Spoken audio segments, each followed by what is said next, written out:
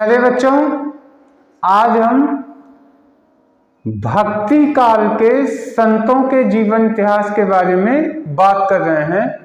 तो दो संतों की बात आज के वीडियो में हम करने जा रहे हैं।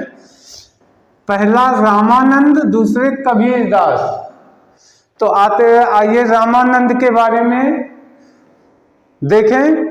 रामानंद का जन्म 1299 ईस्वी में प्रयाग में हुआ था।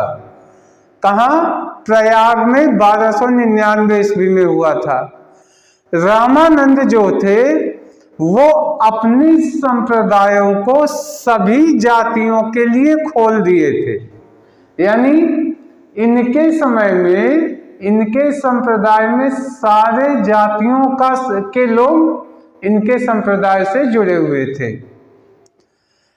इन्होंने एक जो सिद्धांत दिया था, भक्ति से मोक्ष, भक्ति से ही मोक्ष की प्राप्ति का सिद्धांत दिया था।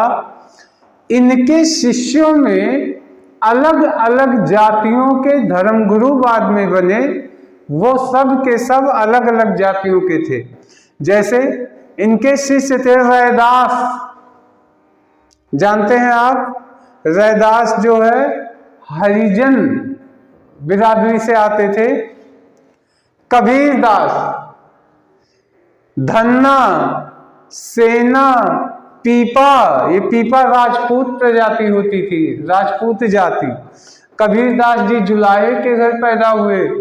कहने का मतलब यह है कि अलग अलग जातियों के लोग इनके संप्रदाय से जुड़े हुए थे।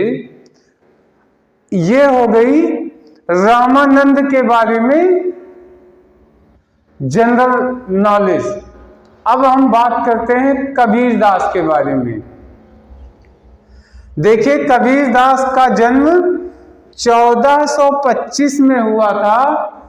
माना जाता है एक विधवा ब्राह्मणी के गर्भ से हुआ था, लेकिन लोक लज्जा के डर से वो वाराणसी के लहर तारा नामक स्थान पे छोड़ दिया।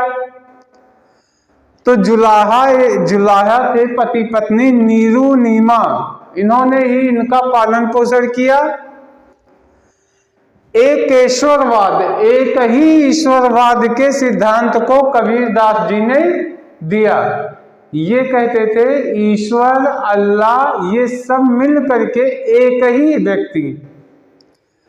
इन्होंने, कबीरदास ने जात पात, कर्म कांड, आडंबर, मूर्ति पूजा, जप तप, अवतारवाद, इन सब का विरोध किया था।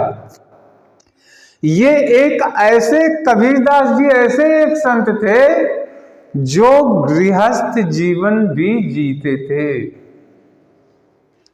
इनकी जो रचनाएं हुई, आमतौर पे कबीरदास जी लिखते नहीं थे, लेकिन इनके जो गाते थे, जो बोलते थे, वो इनके शिष्यों द्वारा संकलित किया गया। उसका नाम था बीजक। बीजक के 3 भाग थे।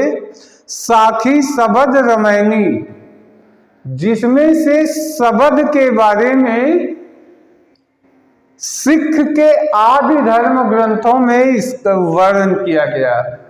सिखों के आदि धर्म ग्रंथों में भी ये वर्णन हुआ है।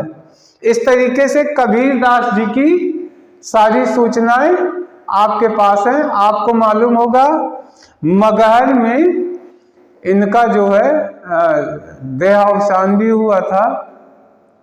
वहां पे आज भी इनकी समाधि है। तो इस तरीके से कबीरदास के बारे में जानकारी हुई। अब हम नेक्स्ट वीडियो में कुछ और संतों के बारे में जो भक्ति काल के थे उनके बारे में जानकारी लेके आएंगे माइंड मैप के थ्रू, जो आपके एग्जाम के लिए बेनिफिशियल होगा। तब तक के लिए धन्यवाद, नमस्कार।